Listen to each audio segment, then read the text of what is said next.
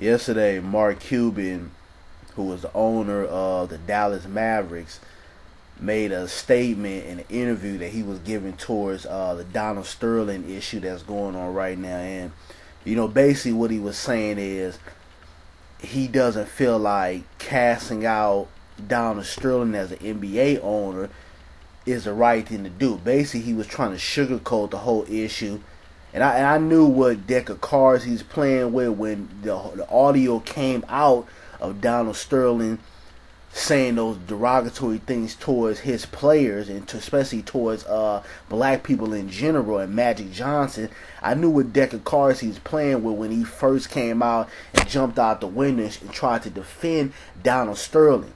But he came out and he said, we all are prejudiced, and I'm not going to deny that. Every ethnicity and race or whatever has some type of prejudice to them. Sometimes being prejudiced is not a bad thing. Sometimes being prejudiced can save your life. But he made a comment saying that, well, if I'm walking down the street and I see a black man with a hoodie on, I'm going to cross the street. Basically giving an example to how he's prejudiced. And then he tried to cover it up, just like white people always do with this type of mindset. He tried to cover it up and try to use an analogy towards a white guy. He said, well, if I see a white guy with a bald head and a bunch of tattoos, I'm going to walk across the other side of the street. And, Mark Cuban is one of those guys. He's one of those guys that you might work with. You might, he might live in your community. He'll wave at you, say hi when you're driving down the street. He might even invite you to a family barbecue. But he has issues with black people. But he's one of those white guys that he wants to try to put on a role as if he doesn't have an issue and he's so liberal. One of those white people that say, well, I have 3 black friends, or I invited black people in my house, or I have a black girlfriend. One of those type of people. And these are the people that you have to really watch, and you have to have your antennas up to recognize, because he's one of the guys that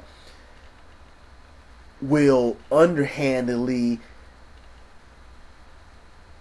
use racism to destroy a certain group of people. I can, a person come out, a white supremacist or whatever, come out and say, hey, you're a nigga, I don't like you, I want you dead. I can understand them more because they're being direct. They're letting me know what they're on. But see, Mark Cuban is one of those undercover racists. He's one of the guys that'll come around you and act like he likes you, but will stab you in the back the minute he gets the chance to. And I said this from the jump. I thought that Mark Cuban shares the same mindset Donald Sterling has, and what he's doing is he's looking at like, well, this could happen to me later on down the line. This could have been me, so let me come out, let me defend Donald Sterling so that it could possibly give cover to me and my counterparts later on down the line.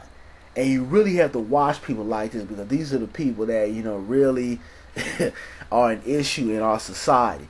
Then I'm sitting back and I'm watching First Take this morning. I see Stephen A. Smith on there, saying that certain people on Twitter and the black community was calling him a sellout, and saying he was an Uncle Tom, basically for his comments he made yesterday on First Take, basically defending Mark Cuban for his choice of words.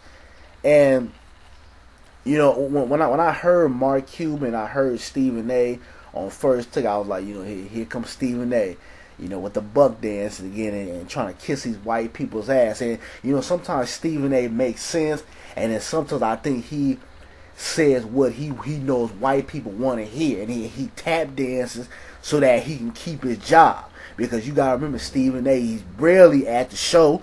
He's got commercials going on. He's got different business ventures that he does. He's traveling a lot, so he's dealing with a lot of white people on a day-to-day basis. And I think he tries to straddle the fence or say things that's gonna make everybody comfortable, or make white people comfortable, so that he can keep his checks coming in, so that he can go to his business meeting or his other ventures and not feel uncomfortable and not make white people rattled.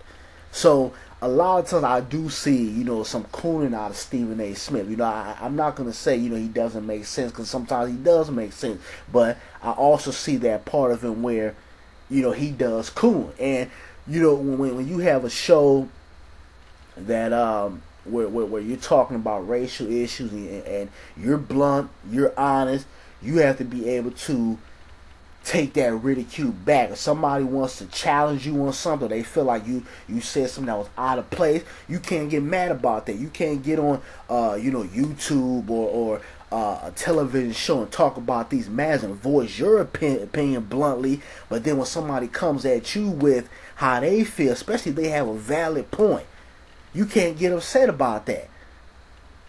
So, for Stephen A. Smith to get on First Take and be so upset about that, hey, it is what it is. You came out, you made certain gestures, and he tried to defend the fact that Mark Cuban made in his statement, the whole hoodie thing, what he was relating to the Trayvon Martin case. A lot of people didn't pick that up right away, but that's what he was relating to. He's one of the guys that didn't have an issue with what George Zimmerman did to that 17-year-old boy.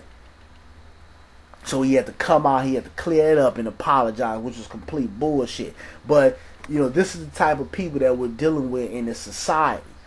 And I thought it was highly disrespectful for him to make that hoodie reference, because that's what he was relating to. And then he tried to flip it around and cover up what he said by using a white man analogy. And Stephen A. know damn well what this guy was trying to do. Anybody who's quick on the draw and know what certain white people do that are racist, they'll say something derogatory towards a black person and then turn around and try to act like they're playing an even playing field and relate something towards a white person. I know the game.